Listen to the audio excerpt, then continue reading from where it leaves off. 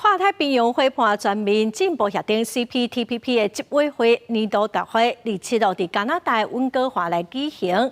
有外国媒体是指出讲，因为政治的影响，大会暂时无要处理台湾甲中国入会的申请案咯。部长刚在开什么会？是跟出访有关吗？还是有。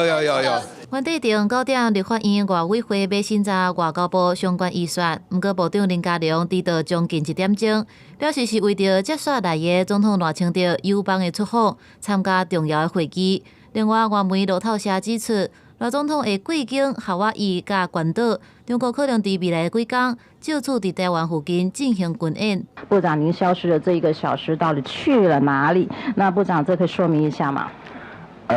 跟委员报告。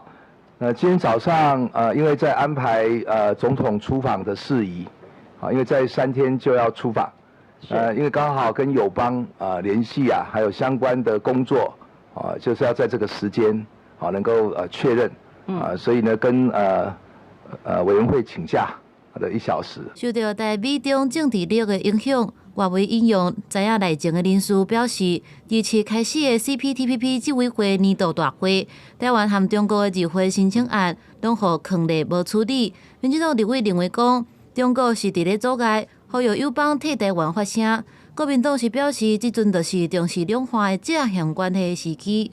我们吃了莱猪，我们也吃了核食，但我们换到的有我们的政府告诉我们的那么多吗？我们同时也要跟中国大陆开展对话，建构和平善意的螺旋，这样子对我们无论在与双方的军事冲突可能性，或者是在经贸上面的往来，其实都是有加分的。那事实上，台湾已经齐备了所有一些状态，它跟世界各国的沟通也都完成了，台湾入会应该是没有争议，也没有问题的，但是中共不给台湾国际的空间，也不顾台湾的经贸的状况，恶意的阻止。报道也指出，当着一个中国的敏感问题，台湾的申请案伫成员国，尤其是马来西亚甲新加坡，无法度得到共识。